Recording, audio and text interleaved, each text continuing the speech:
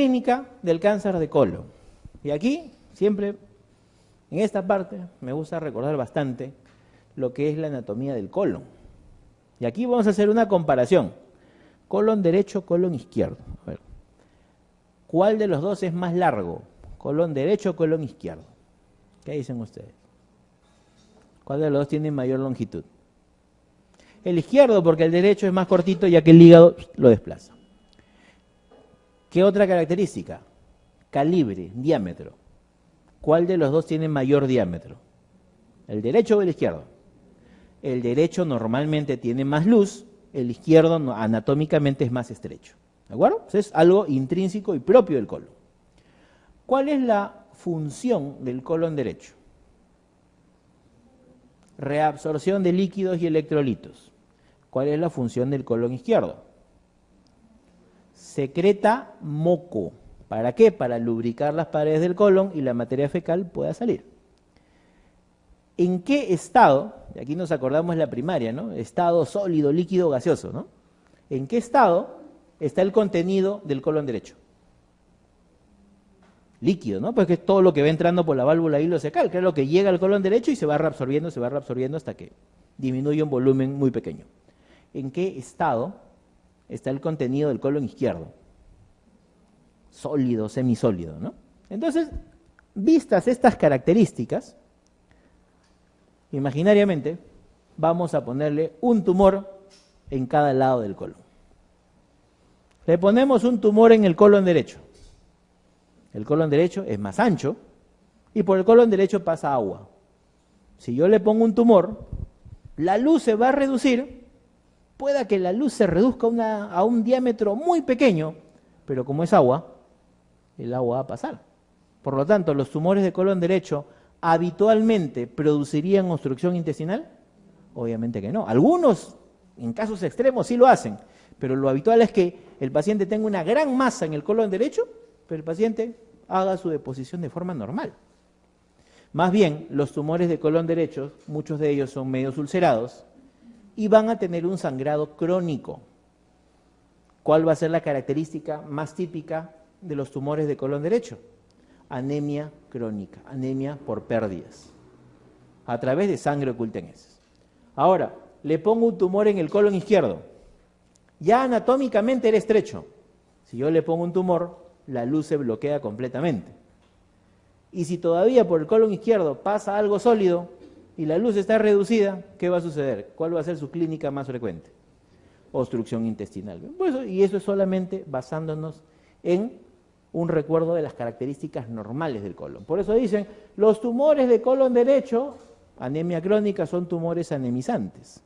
En cambio, los tumores de colon izquierdo son obstructivos, son estenosantes. Y recuerden que para que llegue a una obstrucción completa, el paciente previamente a ello, ¿qué comienza a hacer? Alteraciones en el hábito defecatorio y las heces comienzan a salir delgaditas. Eso es lo que en semiología seguro por ahí le dijeron, el paciente hace heces acintadas, ¿no?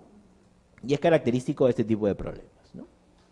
Y este cuadrito me parece muy interesante porque recuerden que cuando tenemos que hacer la revisión de los temas, pues medicina interna, cirugía, ginecopediatría básica, salud pública, obviamente es difícil que a estas alturas nos pongamos a leer todo el libro completo, ¿no? Siempre buscando los resúmenes, algo que nos haga recordar rápidamente las características más notables de las patologías y nos permita poder responder a algún tipo de pregunta o caso clínico que se nos venga en algún examen. Ese cuadrito me resume todo lo que es el cáncer de colon recto en tres columnas, ¿no?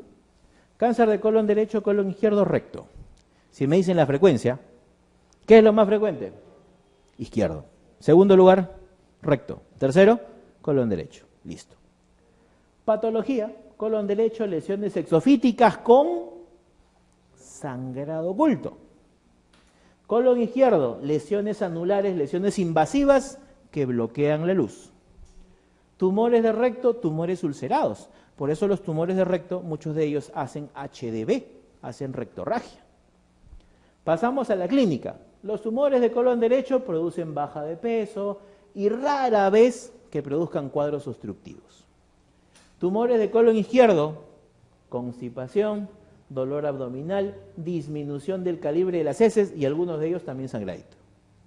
En caso de los tumores de recto, pueden llegar a obstruir la luz, pueden producir tenesmo rectal, pero ¿cuál es la característica clínica más importante de un tumor de recto? HDV, rectorragia.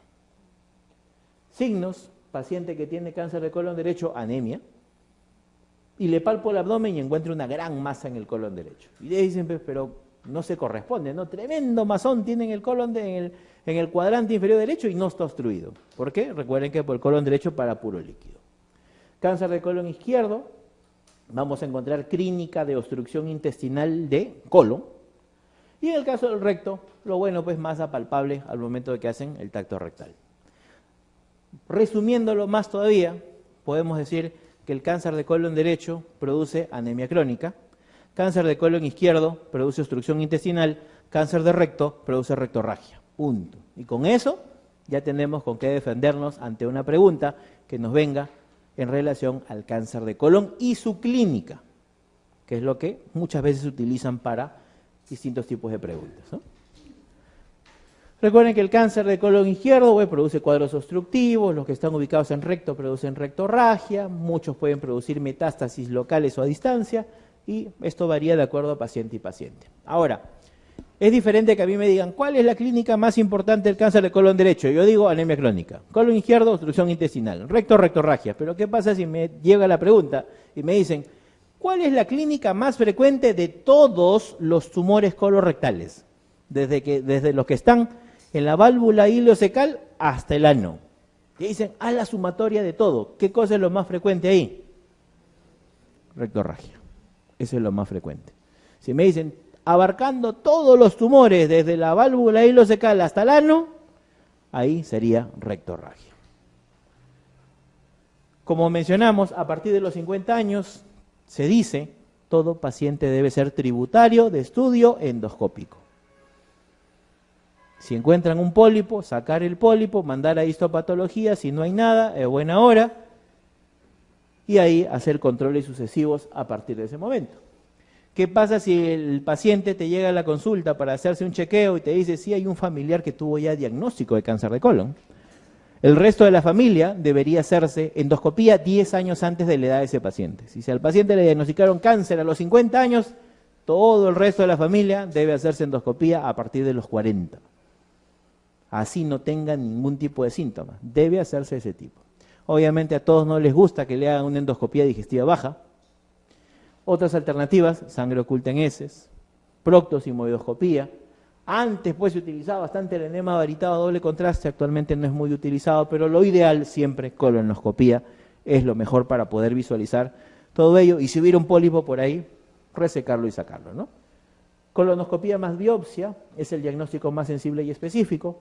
Muchos años atrás pues se utilizaba la radiografía contrastada, y una imagen típica por radiología, por enema contrastado, pues era el corazón de manzana, ¿no? La mordida del corazón de manzana que existía ahí, que era lo que identificaba pues la estenosis que se producía en la luz producto del cáncer de colon.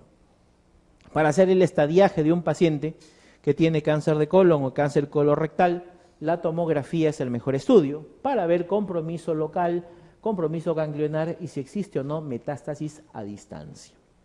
Recuerden, es un importante el factor pronóstico, si es que hay o no compromiso ganglionar, y aquí sí hay un marcador que puede ser muy útil para valorar a estos tipos de pacientes. ¿Cuál es? El antígeno carcino embrionario. En la mayoría de pacientes con cáncer de colon este marcador se eleva. Después de la cirugía este marcador debe volver a sus valores normales. Y asimismo, posterior a la cirugía, cuando se hace el seguimiento a los 3, 6 meses, al año y a los 5 años, se le pide un dosaje de CEA, y lo ideal es que siempre se mantenga en valores normales. Si por ahí en algún momento de la evolución, después de haber sido operado, el CEA comienza a elevarse, ¿qué quiere decir? Ha vuelto la enfermedad, el paciente tiene diseminación nuevamente de la neoplasia, ya sea ganglionar, local o a distancia. Algo que ya habíamos mencionado cuando iniciamos la parte de cirugía y hablamos de los cánceres del tubo digestivo. Todo cáncer de tipo adenocarcinoma, ¿cuál es el tratamiento de elección? Resección quirúrgica, ¿no? Y la resección quirúrgica, miren, y acá le hemos colocado, dice, idealmente debe ser R0. ¿Saben a qué se refiere ese término de R0? Por si acaso no es el interno que han ascendido a un nivel más, no es un poquito menos que el R1, pero un poquito más que el interno, no es así.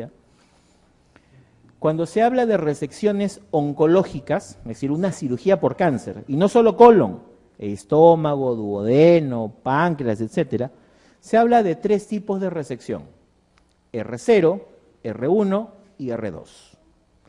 ¿Qué significa R0? Hablándolo específicamente del colon, yo entro a operar a este paciente, veo el tumor en el colon y digo, voy a resecar este tumor con márgenes libres de enfermedad. ¿Qué quiere decir? Yo toco el tumor y digo, voy a cortar 5 centímetros por debajo del tumor, 5 centímetros por encima del tumor. En una zona que a mis ojos, en la cirugía, yo digo, esto es tejido sano. ¿Qué quiere decir? Macroscópicamente, en el punto donde yo corté el colon, es un colon aparentemente libre de enfermedad. Pero ¿quién me confirma y quién me dice efectivamente ese borde quirúrgico ha sido libre de enfermedad? El patólogo. Yo lo envío a patología, el patólogo agarra el tumor, lo filetea, lo pone en sus laminitas y también el borde de sección lo corta y lo pone en una lámina y lo revisa. ¿Qué es lo que te va a decir el patólogo? Borde quirúrgico libre o comprometido de enfermedad. Un R0, ¿qué significa? Macroscópicamente, a ojos del cirujano, y microscópicamente, a ojos del patólogo, borde de sección libre de enfermedad. ¿Qué significa esto? Resecaste todo el cáncer del paciente. ¿Quién es el que más se beneficia? Obviamente el paciente curado, enfermedad totalmente resecada, y le ofreces un pronóstico favorable. ¿Qué significa R1? El cirujano dice, este colon, aquí no hay enfermedad, aquí corto, corté arriba, corté abajo, macroscópicamente libre de enfermedad. Pero cuando te llega la patología, el patólogo te dice, borde de sección proximal o distal comprometido por células neoplásicas. ¿Qué quiere decir esto? En el paciente, ¿qué cosas se han quedado también? Células neoplásicas, has dejado enfermedad en el paciente, ¿no? Eso es resección R1. Obviamente el más perjudicado es el paciente porque tiene la enfermedad, tiene todavía el cáncer. Y resección R2, ¿qué cosa significa? El paciente ingresó a una cirugía de urgencia por una tumoración complicada y el cirujano no le quedó otra de cortar a través de la lesión. Bordes macro y microscópicos comprometidos por enfermedad. Obviamente eso, lo ideal es no hacerlo, solo se haría en cirugías a título paliativo o cirugías de mucha urgencia, nada más. Si yo quiero curar a un paciente, debo tratar de ofrecerle un R0, con mínimo márgenes de 5 centímetros de sección. Es decir, yo del tumor al lugar donde corto el intestino, debe haber mínimo 5 centímetros. Si yo le doy 10, 15, ya eso dependerá, mejor todavía para el paciente, ¿no? ¿Qué más? No solo debo sacar el tumor, existe en el colon, sino también ganglios. ¿Cuántos ganglios? Al menos 12 ganglios es la linfadenectomía que debo obtener en estos pacientes. Si mi paciente tiene un tumor no resecable, para evitar las complicaciones puedo defuncionalizar el colon, puedo hacerle una ostomía a modo de una cirugía a título paliativo. ¿Qué debemos tener en cuenta? ¿Qué pasa si yo tengo un paciente que tiene un cáncer de esófago, cáncer de estómago, cáncer de páncreas, y que cuando yo le hago el diagnóstico, para mala suerte del paciente, este paciente tiene metástasis en el hígado? Si tenemos esta valoración de un paciente con cáncer, yo digo, el paciente tiene el estadio 4, estadio final de la enfermedad. Lo operes, no lo operes al paciente, le des quimio, le des radio, le des lo que sea, el pronóstico es el mismo, la sobrevida es el mismo. Si lo operas al paciente, de repente su sobrevida de 6 meses a 1 año, se la bajas a 1 mes y el paciente se va más rápido. ¿Cuál es el único cáncer en el tubo digestivo en el cual el tumor está en el órgano primario y ya hizo metástasis y todavía se puede hacer algo? Tumores colorectales. ¿Qué quiere decir? Si mi paciente tiene un cáncer colorectal y de yapa tiene una metástasis hepática, yo puedo sacarle los 2 tumores. Sacar el tumor de colon recto por un lado, sacar la metástasis en hígado, y la sobrevida puede llegar a 30 a 40% al año y a los 5 años. Es decir, el único cáncer en el cual resecar la metástasis obtengo un beneficio para el paciente es precisamente si el tumor primario fue de tipo colorectal. Si yo quiero hacer lo mismo con un cáncer gástrico, si yo quiero hacer lo mismo con un cáncer de páncreas, mi paciente se va más rápido y no le estoy ofreciendo mayor curación. En algunos casos, cuando hay resecciones de tipo R1 o estamos seguros de que hemos dejado enfermedad, se puede dar posterior a la cirugía quimioterapia, posterior a la cirugía seguimiento con CEA, pruebas de función hepática, tomografías, colonoscopías, radiografías de tórax, evaluando si es que hay metástasis o compromiso o recurrencia de la enfermedad. CEA siempre se valora en el postoperatorio, ya obviamente de manera ambulatoria, durante los 2 primeros años cada 3 meses, a partir de ahí cada 6 meses y luego de forma anual, siempre haciendo la solicitud de estudios de imágenes del tórax y del abdomen para descartar algún tipo de lesión, ya sea local, ganglionar o también a nivel hepático. Miramos esta pregunta relacionada con lo que es el cáncer colorectal. Dice, de los siguientes trastornos, ¿cuáles son los que tienen alto riesgo de desarrollar cáncer colorectal? Es decir, ¿cuáles tendríamos que tenerlo en cuenta pensando de que pudiera haber cáncer en esta zona? Dice uno, colitis ulcerativa de más de 10 años. ¿Riesgo de cáncer, sí o no? Sí. ¿Enfermedad diverticular del colon? No. Más bien la enfermedad diverticular del colon puede producir diverticulitis, hemorragia. Pero cáncer, no hay una relación estrecha. Malformación arteriovenosa del colon. Las angiodisplasias. Igualito. Nada tiene que ver con el cáncer. Poliposis adenomatosa familiar. Si el paciente lo tiene, 100% de riesgo de cáncer. Obviamente una relación muy importante. Síndrome de cáncer de colon hereditario no polipósico. Obviamente también una gran relación con lo que es cáncer de colon. Para eso las únicas asociadas serían pues la 1, 4 y 5. Dice, una de las características clínicas del cáncer de colon derecho que sirve como elemento clínico de sospecha, de diagnóstico. Recuerden el cuadrito que dijimos, ¿no? Cáncer de recto, ¿cuál era su clínica? Rectorragia, HDB, sangrado. Colon izquierdo, obstrucción intestinal. Colon derecho, anemia crónica. ¿Sí? Por si acaso es diferente, anemia crónica versus rectorragia, ¿no? Rectorragia es un sangrado fluido, evidente, que puede descompensar al paciente. En cambio, la anemia crónica, el paciente va sangrando de poquito, se va mezclando con las heces, pasan varios meses y ahí se va volviendo anémico. En este caso, anemia crónica es lo característico. ¿Un cáncer hace sangrado masivo? Los cánceres de recto hacen rectorragia, pero no hacen un sangrado masivo. Más bien, ¿qué cosa puede provocar sangrado masivo en un paciente? Diverticulosis, angiodisplasias, patologías benignas. Obstrucción intestinal recurrente, esto más parece adherencias, ¿no? Porque si el paciente tiene un cáncer y este cáncer lo obstruye, progresivamente va avanzando hasta que lo bloquea completamente. Heces líquidas sin mucosidad. Recuerden, si un paciente tiene heces líquidas sin mucosidad, ¿qué cosa debo sospechar? Adenoma velloso de recto. Estreñimiento, constipación, cuadros obstructivos, esto va más para colon izquierdo. Recuerden que en muchos casos se tiene que desfuncionalizar el tubo digestivo. Abocar un segmento del tubo digestivo a la pared. ¿Y eso cómo se llama? Se llama ostoma o estoma. Estoma también se le puede decir. Ostoma o estoma, con E. En algunos libros, ustedes ven el libro de cirugía, dicen estomas. Entonces se han equivocado, en vez de la E debieron haber puesto una O. No, es igualito, estoma u ostoma. Estas pueden ser permanentes o temporales. En el caso de las permanentes, si hablamos del intestino delgado y grueso, ileostomía post-proctocolectomía total o colostomía terminal posterior a una resección abdominoperineal. Son ostomías permanentes. Ostomías temporales, ya sea en emergencia para pacientes con cuadros obstructivos, para defuncionalizar el tubo digestivo cuando se haya hecho una anastomosis de riesgo. Por ejemplo, miren esta fotito que está acá. Al paciente le resecan un tumor de recto y hacen una anastomosis del colon con el recto o del colon con el ano. Esta anastomosis es una anastomosis de riesgo.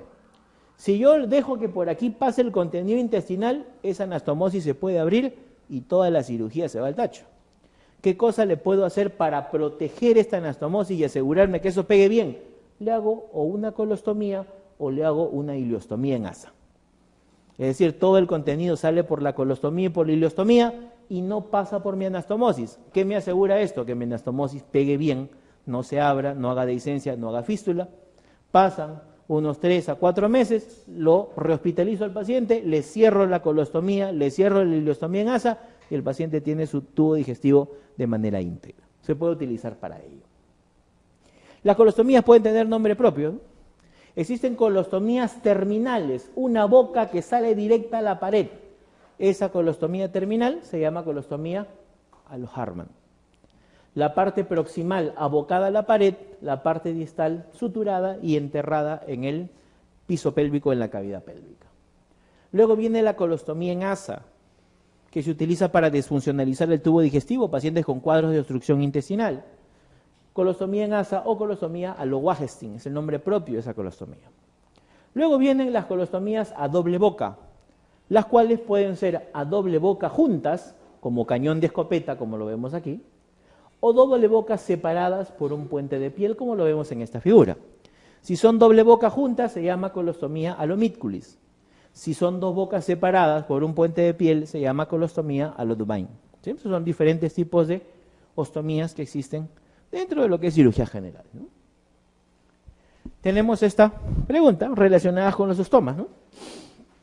Dice, paciente que ha sufrido un trauma abdominal penetrante por arma de fuego y que ha tenido lesión en el colon izquierdo y deciden realizarle colostomía de Hartmann. Nos dice, ¿este procedimiento de qué se caracteriza? Es decir, debo buscar una alternativa que me describa el Hartmann. Dice, ¿tiene doble boca con puente de piel? Primero, el Hartmann tiene una boca o dos bocas. Una sola, entonces si yo veo doble boca por ahí, anulado, la A y la B afuera. Pero a modo de ejercicio, doble boca con puente de piel, ¿cómo se llama? Divine. Doble boca en cañón de escopeta, ¿cómo se llama? Mítculis. Luego dice doble jareta en ambas bocas. ¿Cuándo a una colostomía le han hecho jareta? Más bien la jareta es para cerrar la boca. ¿Cómo haríamos una colostomía para dejarlas cerraditas? Eso no existe. Luego dice ser tunelizada a lo Witzel. Tunelizada a lo Witzel es una modalidad de hacer yeyunostomía. Pero yeyunostomía ¿para qué? Para alimentar a un paciente. No tiene nada que ver con las colostomías. Por si acaso la tunelización a lo Witzel es para hacer una yeyunostomía de alimentación, no para colostomías. En cambio, si tiene una boca proximal que sale por la pared y una boca distal que está suturada y abandonada en la cavidad pélvica, eso sí es una descripción típica de un Hartmann.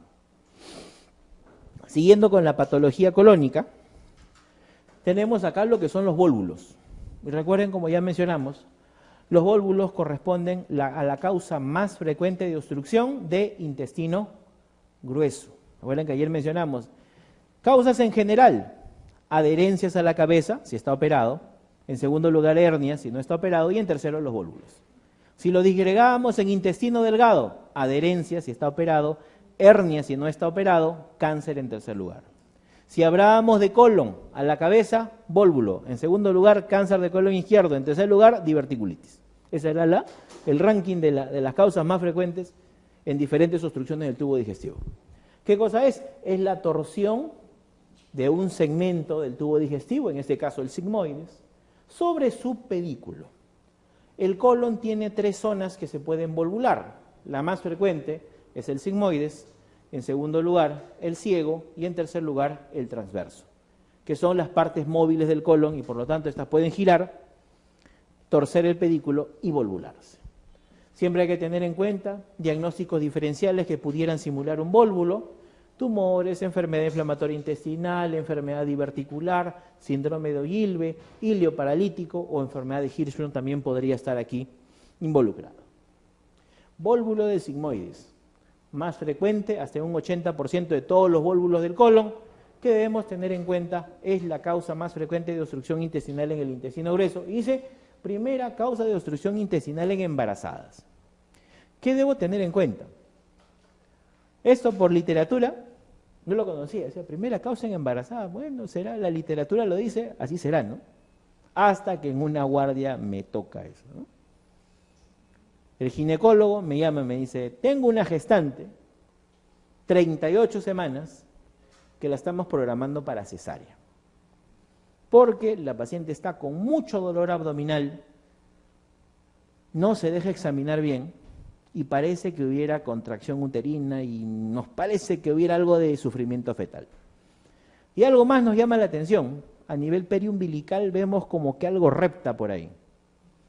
Y no será una hernia. Yo dentro de mí, por no responderle, digo, ¿cómo va a tener una hernia una gestante si el abdomen está totalmente distendido? ¿Bien? Y algo que repta, ¿no? Obviamente no es el Chucky, que el Chucky todavía está dentro del útero, ¿no? Le digo, pues bueno, ya, pues si ustedes quieren que entremos a darle una mirada, a apoyarlos en la cesárea, nos pasan la voz, pues. Pero no le hagan la clásica incisión que le hacen ustedes para las cesáreas. Porque ellos hacen Pfannenstein. Si ellos hacen Pfannenstein, yo puedo ver bien el útero, la vejiga, todo lo que está para abajo, pero si quiero ver arriba, no voy a poder hacer nada. Entonces le digo, ¿sabes qué? Si quieres que te apoye, hazle mediana. Efectivamente, le hacen su mediana infraumbilical, abren piel, aponeurosis, peritoneo, ¿y qué creen que fue lo primero que salió? Salió el sigmoides. Así, atención, salió el sigmoides. ¿Qué tenía la paciente? Tenía un vólvulo de sigmoides. Y ahí se escuchó la voz así como un eco del residente de gineco que dijo, ah, con razón llevaba 3 días que no hacía deposiciones ni eliminaba flatos. Ahí está la causa del dolor abdominal de la paciente. Ellos agarraron, pusieron su compresita, sigmoides para un lado, sacaron el útero, sacaron al Chucky, que estaba, el sufrimiento era del ginecólogo, no era el sufrimiento del feto, el feto salió 10 de 10. Y después de ello, que hicieron su cierre del útero, su histerografía, nosotros fuimos, hicimos la resección y anastomosis del vólvulo de sigmoides que tenía la paciente. Lo que hasta ese momento simplemente lo conocía como literatura, ya lo había tenido pues en una guardia típico de una característica propia de esto, ¿no? No es frecuente, pero se puede presentar. ¿Por qué se presenta un vólvulo de sigmoides? El colon sigmoides está mucho más largo y distendido de lo habitual.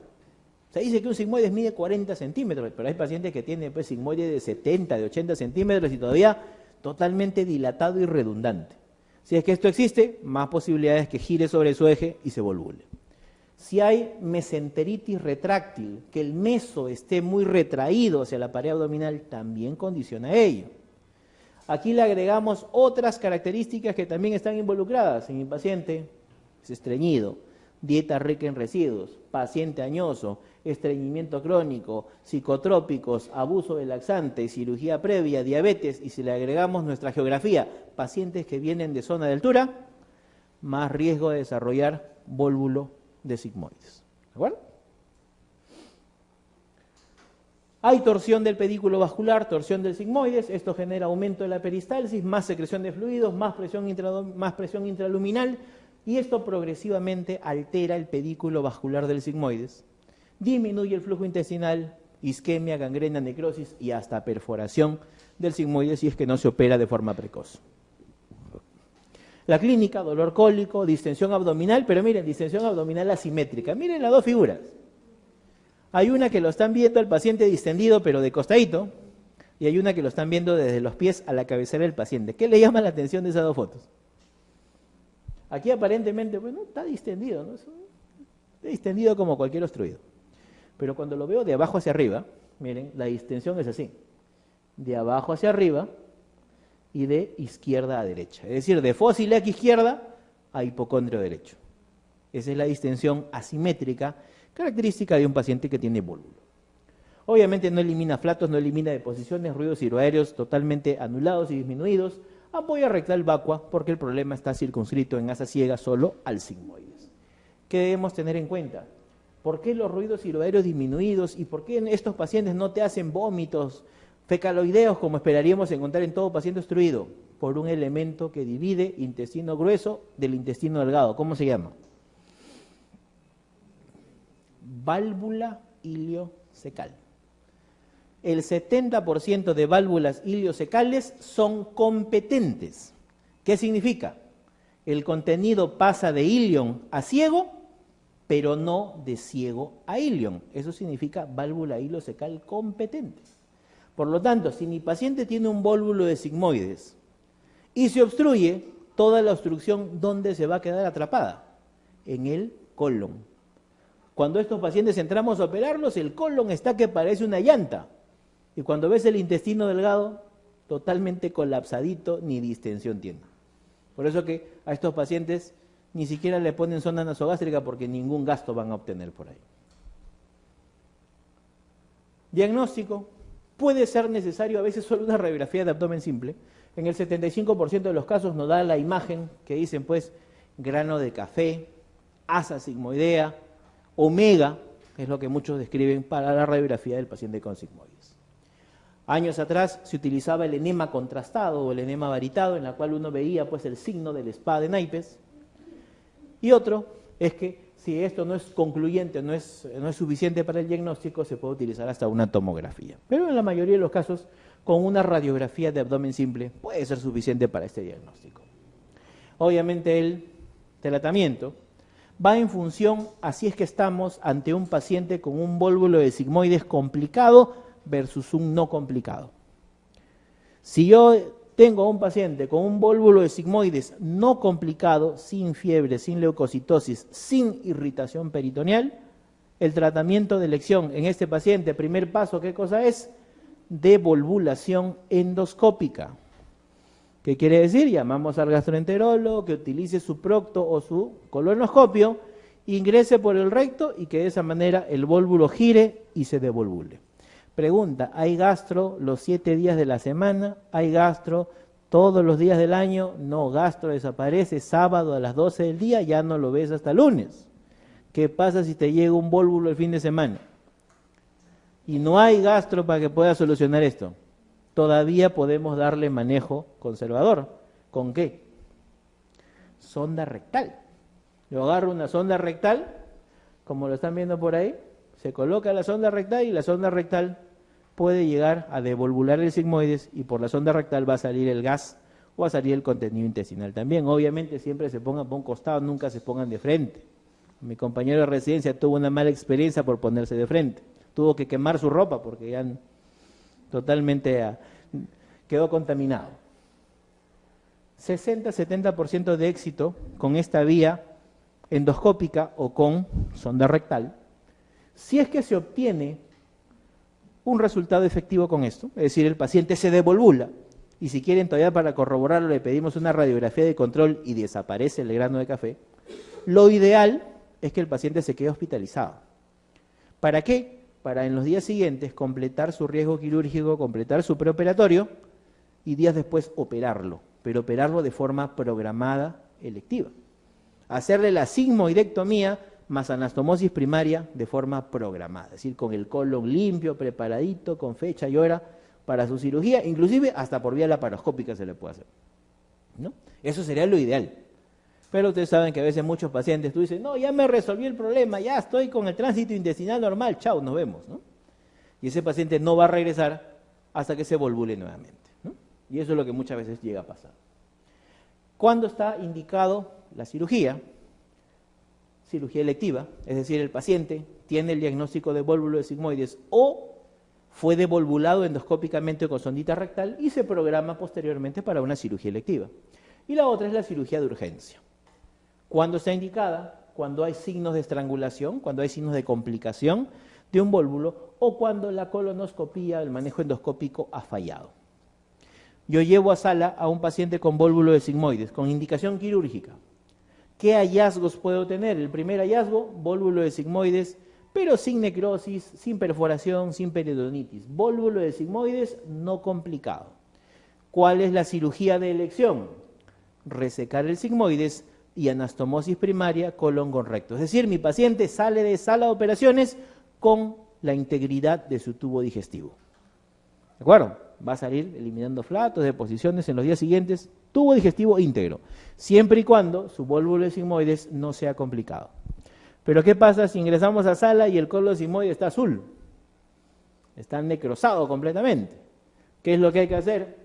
Resección de sigmoides, sigmoidectomía, colostomía terminal de colon descendente, cierre de muñón rectal. Hacer estos 3 pasos, sigmoidectomía, colostomía terminal y cierre de muñón rectal, todo eso se resume en esto: operación de Hartmann o procedimiento de Hartmann.